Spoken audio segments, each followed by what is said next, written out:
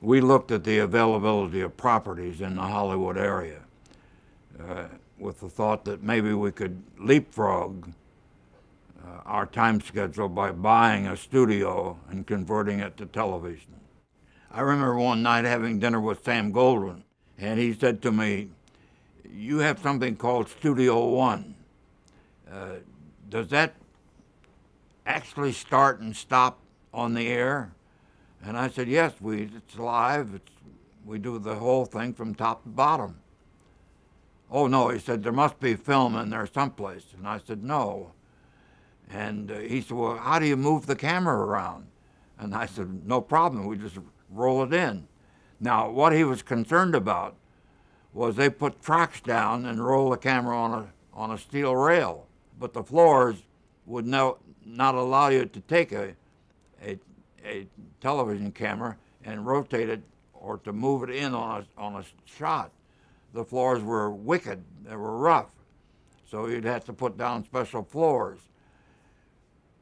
When we built Television City, we didn't have to worry about that. There were other things. For example, we didn't know how much we were going to have to expand studio facilities.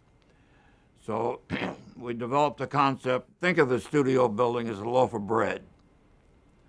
And you cut the slices off or the sections off that you need, and those are studios. Outside, you have all the support services. You can come up on the outside and come in wherever you need to do it. We took that concept to the architect, Bill Pereira, and said, "This is the way we'd like to do it." And he said, "Well, this isn't the way Hollywood does it." And I said, "You know, Bill, I respect you, but this is television, not Hollywood." One of the things that we do here, which is not done on film lots, is we turn stages around. So you build the scenery in such a way that you just roll it out, fly the pipes in, put new lights on, and go again. And that's a very good use of facilities. It's a beautiful building.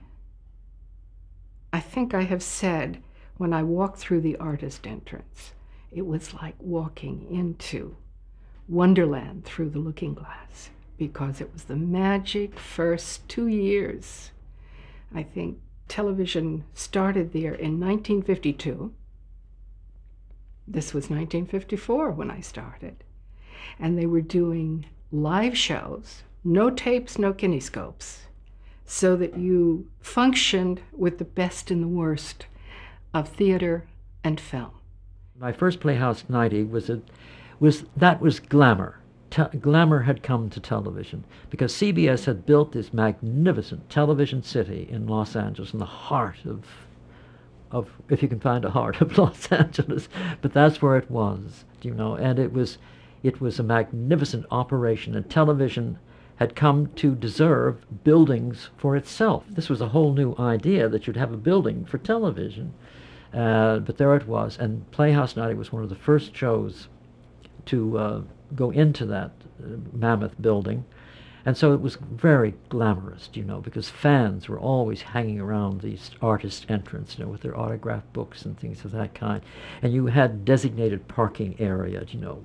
Mr. Moselle, you know, said, "Oh, parking my car, my little rented Ford."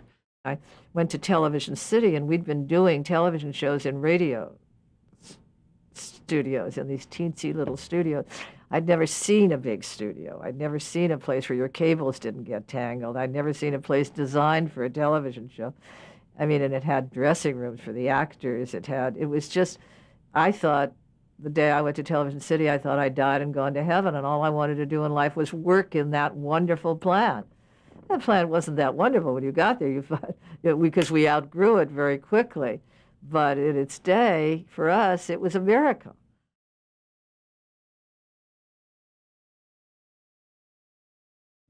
Property had been purchased from Warner Brothers, the 50 acres that NBC had in Burbank, but nothing had been built on it at that time. One of the first experiences I had at NBC was drawing up what might be called a brief to confront the whatever the division, the Highway Division of California, because they were planning the freeway out there in Burbank, and their design had the freeway going right through the middle of the NBC property, which would have destroyed any potential use of that property for NBC. So I had to make a case as to why they shouldn't take our property, condemn it, and take it. And, you know, if they did that, NBC would have to move out of Southern California, and the whole industry would suffer and so forth. And what they did was they just took an acre off the corner of the property, which didn't interfere with our plans at all. And so we were able to proceed with the construction of the studios out in Burbank. Well, let's take the Burbank studios. While they were preparing to open it, I went out here, because to see what it was like. I was on a hiatus, and I must take credit on this. It's very sound hammy, but I designed all those studios. I designed them. They never had an opening where in the center for the main camera, for the #1 camera. Never had that, so I made a well. And then we put the seats around it. I designed the whole studio. Studio 1, 2, 3, 4. Because I finally come out and I opened it out here at the premiere of the Burbank studio. And I remember what the show was, an all-star show, and it was Rosalind Russell, myself. It was one of the first color shows. NBC is looking for a junior entry-level scenic artist at the studio in Burbank. You'll park and you walk in the artist entrance. Well, that was like the gates of heaven opening. Something about going in the artist entrance, how cool is that? So I said, great. So I went into NBC and I walked in, met the people in the scenic department who were all theater-ish and fun and loose and creative and doing this astounding work. And then as I'd walk through the halls of the studio, I mean, literally, in that time, 64, 65, it was bursting with creative energy. I mean, Jack Benny, Bob Hope, Dinah Shore, Dean Martin. I mean, the stages were being used round the clock for one variety show after another, one dramatic show after another. The soaps are going. And I said, my God. All right, the benefits to move to California were many, and principally, it was the studio size. In New York, we were in an old radio studio that had been converted. It seated about 250-odd people. That was a great audience, a wonderful studio, great for radio. But I'll give you an idea how tough it was. I was doing a car commercial. The people insisted that the car be on the stage. We couldn't get the car into the studio. So they took the car and they cut it right down the middle. Not across the side, they cut half a car.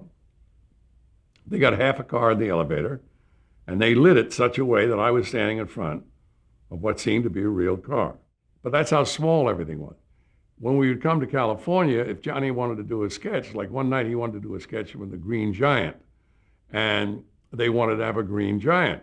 Well, this studio out here at Burbank, he built a real Green Giant, and the perspective was the same as you saw in the commercial. Johnny was the little, helper down here, and here was the Green Giant.